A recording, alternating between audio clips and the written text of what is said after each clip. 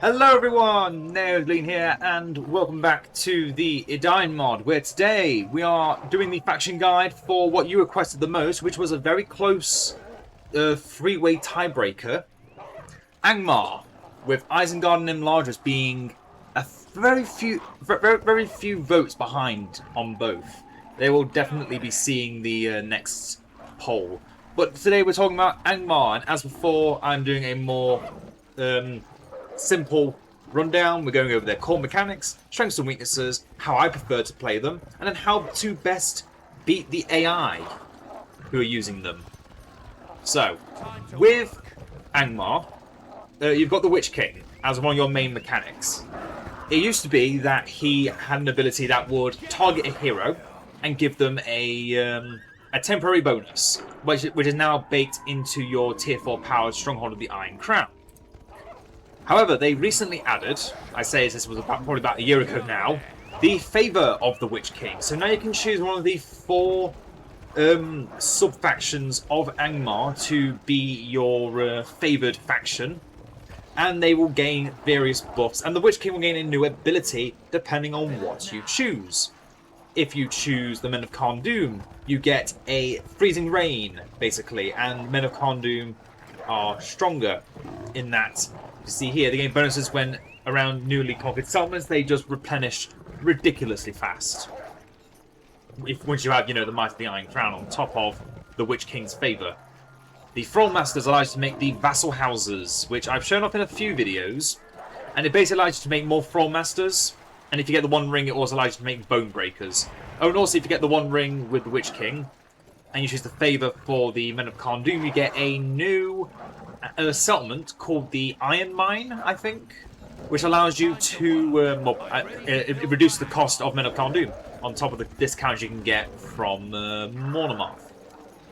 Then you have the monsters. My least favourite is that they gain armor near nearby settlements and will regenerate near direwolf lairs, and werewolves heal more with Devour.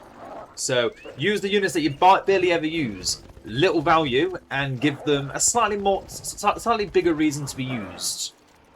Is it worth it? No. I've always said the monsters in Angmar feel the most out of place in any faction. And then finally you have the Sorcerers and the Wights, which can allow Sorcerers to lead more acolytes and Wights move faster near to barrows. And that is one of your settlement types, but I believe also Karsha's Barrow also does the same thing on top of the damage boost it gives. Also, the abilities of the Witch King with the Thralls is a larger AoE attack, but can also heals, but also hits allies. Monsters, it's the old Eye of the Witch King. You reset enemy timers, and the Witch King deals more damage for a short amount of time. And the Sorcerers, you get a Silver Wind similar to Celeborn's Silver Wind. Ranged attacks do barely any damage around the Witch King, which is really good against, Sorcerers that don't really fight, and Barrow Wights that are single entities that can very easily get shot. They're all really good, and it's one of the big things you have to choose.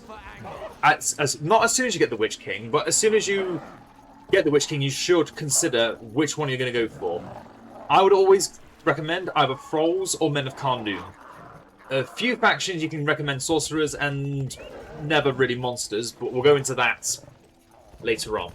There's two other things, the 2 other core mechanics of Angmar we need to talk about, and one of them has been around since their beginnings, the Thrall system. You can create Thrall Masters from your tier 1 Halls of the King's Men, and you can make one of 4 units. Ignore the Bone Breakers and ignore the Orc Slaughterers. Those are different, and we'll talk about them in a minute. We have Rudar Pikemen, Rudar Axe Throwers, my bread and butter for this faction. Definitely the simplest and most powerful units if you just give them all of the buffs you can give them.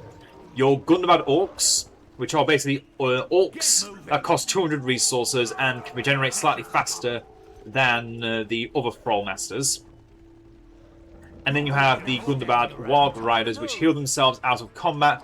But to get them, you need to not only have the Thrall Master from the Hall of the King's Men, you also need to have the Direwolf Kennel and the Wolf Breeding. So Getting cavalry with Angmar is a upward hill battle, because that's the only cavalry unit you're going to get until you get Stronghold of the Iron Crown for your heroic cavalry.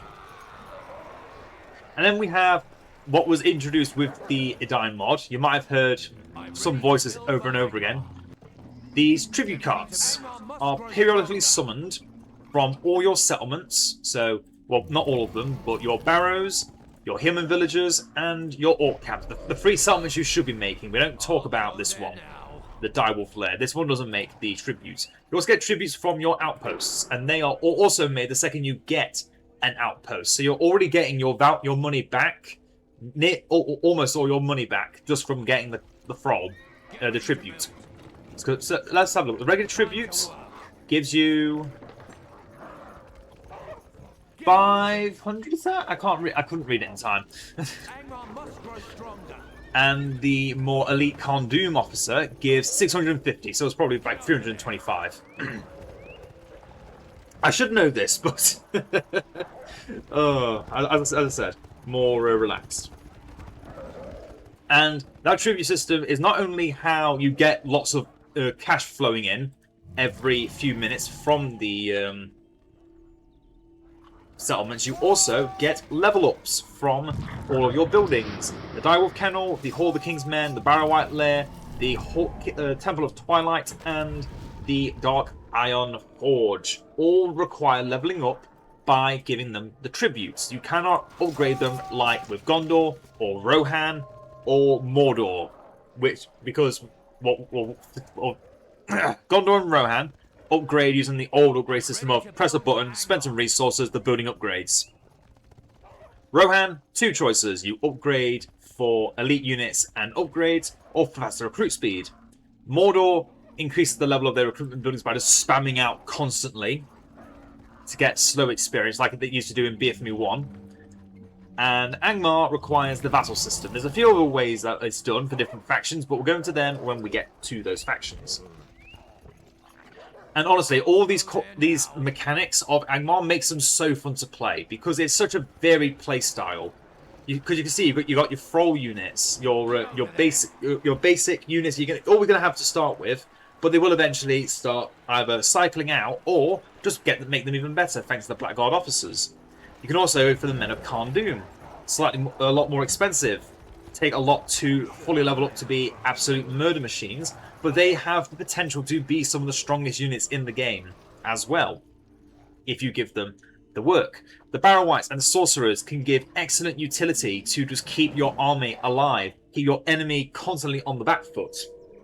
And then you've got monsters that monsters and cavalry that can impose upon the enemy, constantly dealing, causing problems, if they were better. And that's all I'm going to talk about the monsters now, because, yeah, I'm never going to be incentivized to make them. No one's going to make me. No one's going to incentivize me enough to do it. So instead, let's start talking about the strengths and weaknesses. So, strengths is your settlement buffs are incredible. Hillman villagers. For every Hillman village you have, up to 5 villagers is plus 25% damage for all of your Hillmen. Pikemen do specialist damage, so all cavalry will get absolutely destroyed. Your axe throws do slash damage, so anything that is not a unit of cavalry or a monster is going to take a regular amount of damage as if it was getting attacked by someone wielding a sword and board at them. Which what makes axe throwers some of the best units in the early game into the late game, because they are just capable of doing that well-rounded damage from range. They are a bit on the weak side, obviously, but they need to be. Honestly, they do. They also have a bunch of strong, very terrifying AoE abilities, not just from their powers like Outbreak and Avalanche, and even Summon Hill Trolls because of Rogash. These 3 are the holy trinity of AoE powers. Small, slow DOT effects that just kills any large swarms. Big Leap that can kill most elite units. Can just get demolished by a quick leap from Rogash. And then the Avalanche that just holds enemy bases at bay, and does enough damage to be impactful. This is the holy trinity of AoE abilities. Very few factions have something similar to this, except, you know, like Gandalf Word of Power. And honestly, most spam factions like Rohan, Mordor as well, really struggle against Angmar if they are played to have all this in effect. You also have things like Corpse Rain. You have the Witch King, as I've said already, has AoE attacks baked in, and then could do even more AoE with the Thrall upgrade. You also have, oh god, so much. So much, I could talk all day about it. And then you also have one of the strongest hero rosters in the game from a deceptively efficient scout hero. He doesn't look like much to begin with. He can shapeshift into a wolf, gives himself experience, gives you power points, as you can see here. That is a noticeable amount of power points. That's about a whole unit of orcs not needing to be killed, basically, if you're ever up against Mordor, for example. And also, his abilities are really good too. Holdar buffs all your Thralls units by just attacking by 40% or 80% with Bloodlust. Can summon a unit that gets buffs from his other buffs and can destroy a building and make other units run towards a building with incredible speed. The Witch King himself, I've already talked about, has a very powerful ability to just target one thing that makes your faction better or makes your enemies weaker, which we'll go into later. Massive experience buffs if you want to get those heavily experienced units at a small price. Just massive amounts of damage on top of a small AoE. Again, AoE. And then just doing massive damage. And then also just saying, you know what? Everywhere snows. Doesn't matter where it is, doesn't matter what the season is, we're going to get snow. And depending on the favour, it also gives a different effect. Either more value on those effects, or more new effects. Just making enemies lose armour, damage, larger area of effects, and poison, or beasts make it so they just dazzle a slightly bit more of the effect it already had, which has made everything slower. And this used to be a permanently baked-in ability for when the Witch King got the One Ring. It's insane how this has thankfully been nerfed to a tier 10 ability, a level 10 ability, and actually still feels balanced somehow. Now we go to the weaknesses, which, first one we have to look at the Thrall Masters. Each of these Thrall Masters, if they die, the whole unit dies. Doesn't matter how many of them are alive, doesn't matter what their level is. If the Thrall Master dies, they all die. Thankfully, thanks to the Black Guard officers, they do get quite a lot of health, as much as a tier 10 scout hero. So they're not going to just get executed if you do go for the Black Guard officers as much. But it used to be that they would have the command points would always be like 60 for every Thrall Master unit alive. They thankfully did change it so that if I did, for example, kill a few of these Hillmen, that the command points will go down. Before, it wouldn't go down. It would be stuck at 60 with only 5 entities alive instead of 15. So keep that in mind. Angmar is much better than what it used to be, thanks to that small change. Also, the tribute cards, the whole way you get your upgrades, it requires you to have settlements. If you don't have settlements, you're making no extra money, you're getting no extra levels, you're getting no better units, you're not progressing in your gameplay. You're just a sitting duck, which can make castle starts very difficult if you are forced to sit in your base. You have one saving grace in the Stronghold of the Iron Crown. I see here we have tier 1 buildings here. If you use Stronghold of the Iron Crown, all your buildings become tier 3. By the way, this is the normal setup I go for on a camp start. On a castle start, replace the kennel and the Temple of Twilight with 2 more furnaces and get rid of the mill, and that for 2 more furnaces. Because furnaces are supreme. Or smelters, whatever they're called. Yeah, smelters. Smelters reign supreme because of that cost reduction on upgrades.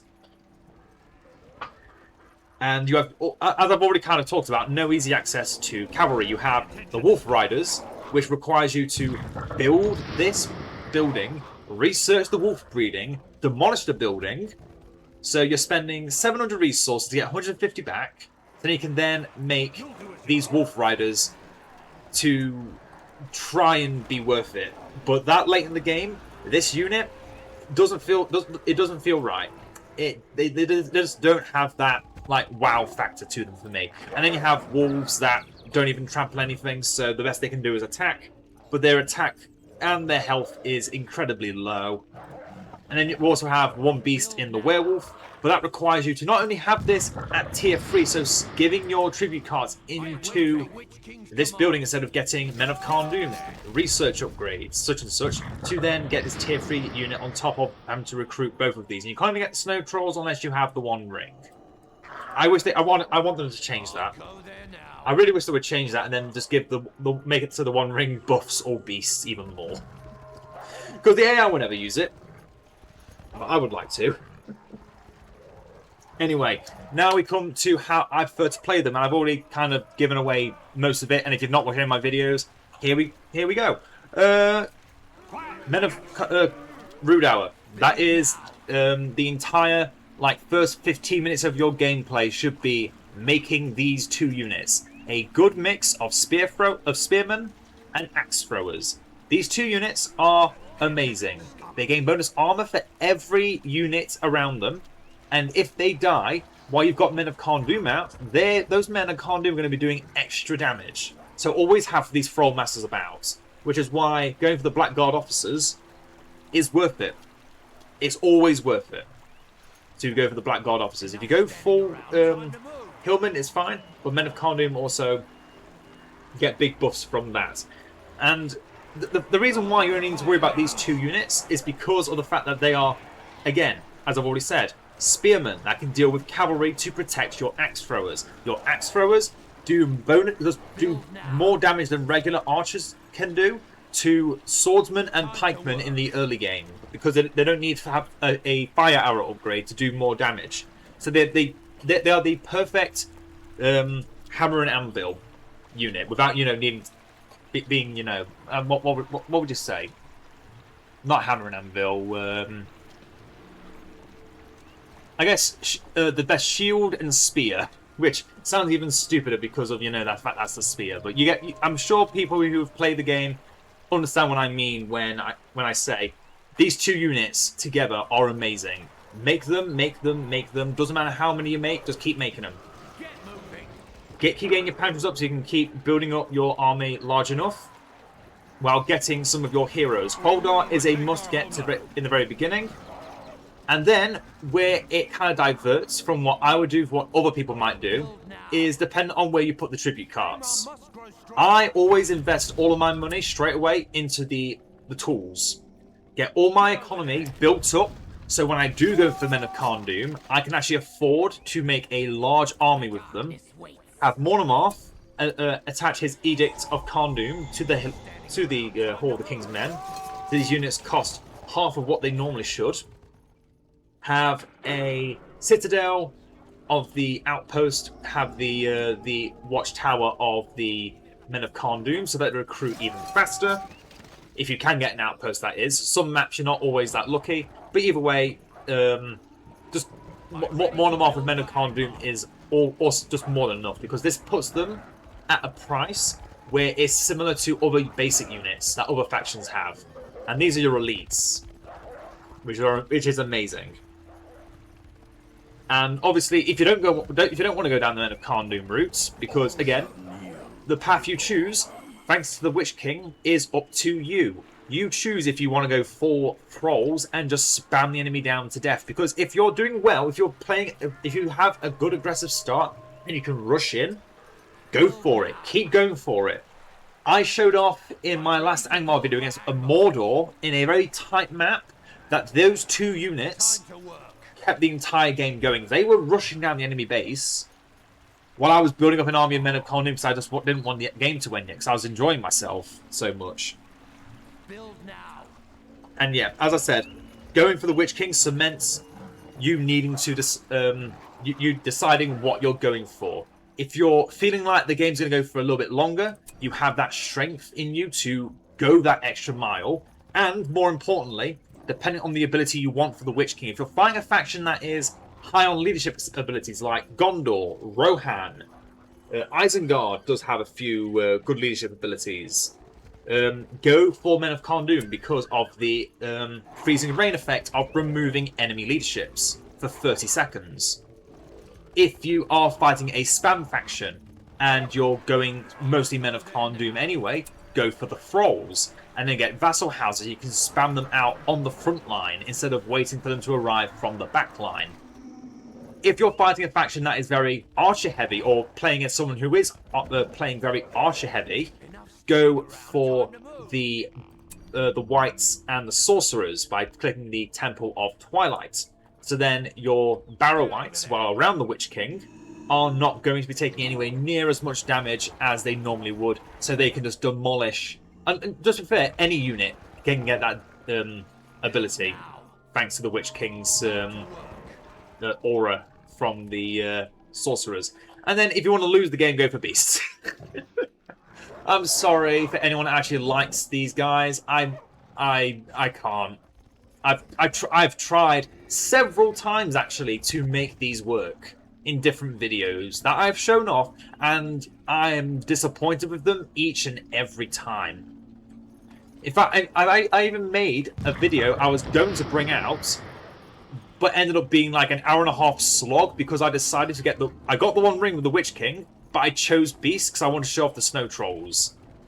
And by the end of it, I was like, you know what? I'm scrapping this video because it's just not. This is not a fun experience to watch.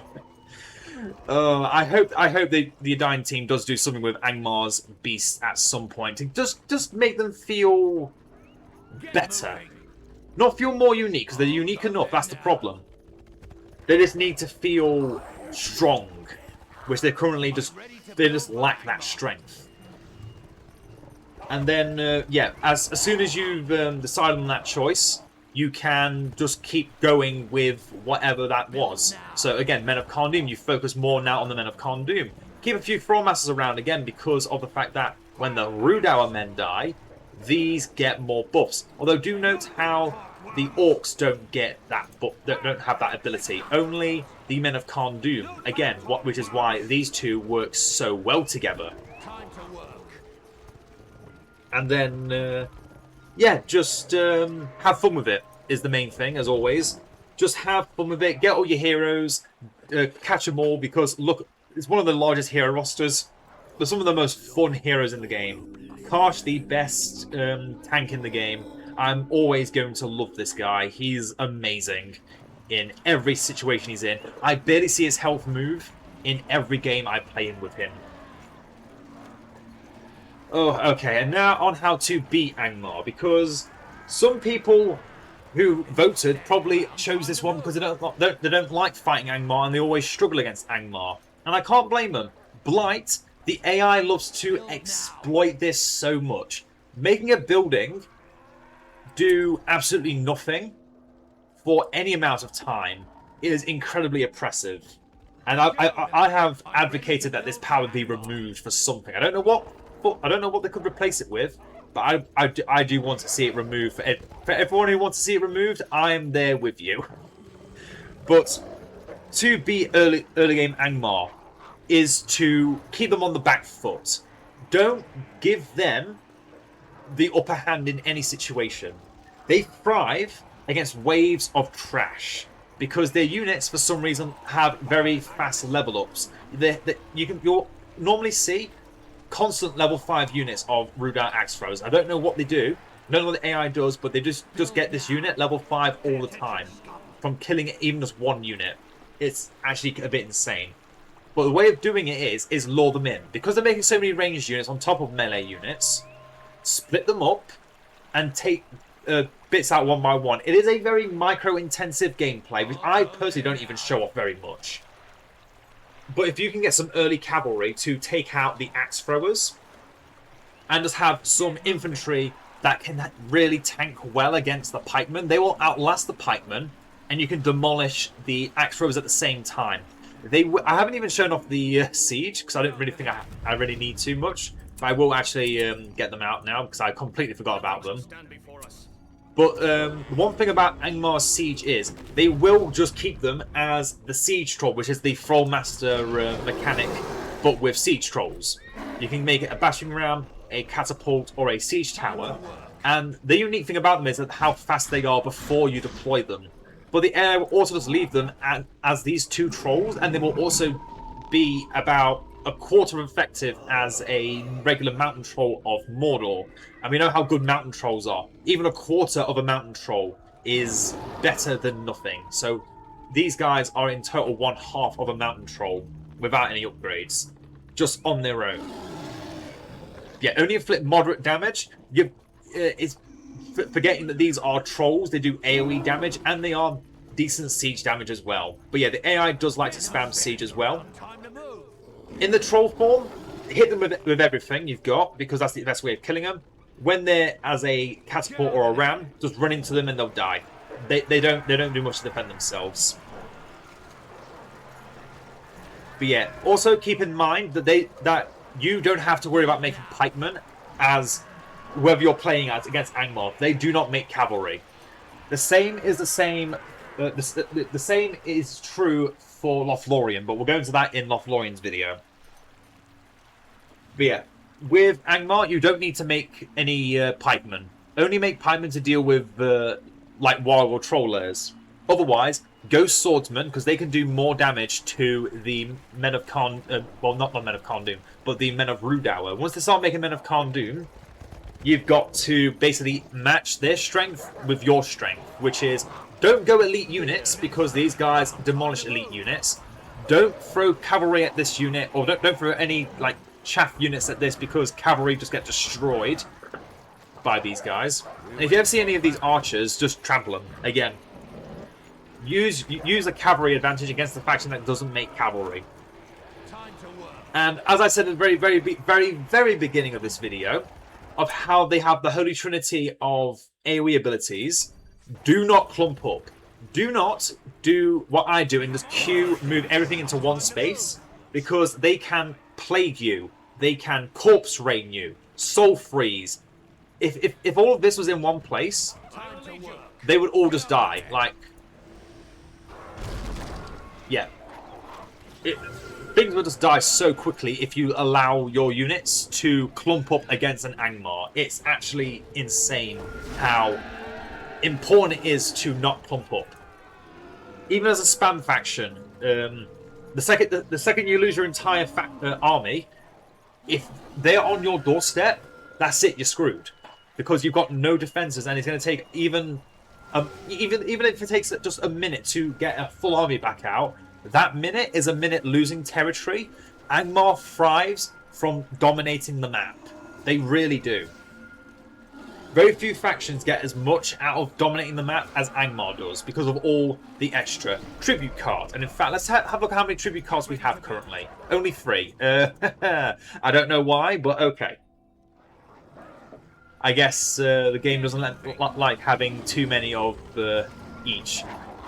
But I'm not going to pretend like I know the full reasons. And yep, that is everything for the Angmar guide. I hope I've gone over everything that everyone wanted to learn about Angmar. They are, again, just a really fun faction to play. This faction has so much more to offer than it honestly should. Because Sorcerers, I barely even talked about Sorcerers, and their whole support role can be so well microed. Zafragor has a bunch of very dangerous AoE abilities. Helagwyn can keep an entire army that's clumped up, trapped, so then again you can AoE them down. Gulzar can summon poison to AoE them down. AoE them down. Summon Barrow Wights. Oh my god, I could go all day. I'm going to stop now. Hope you all enjoyed. The poll for the next one will be up shortly after this video was uploaded. And I'll see you all in the next one. Farewell.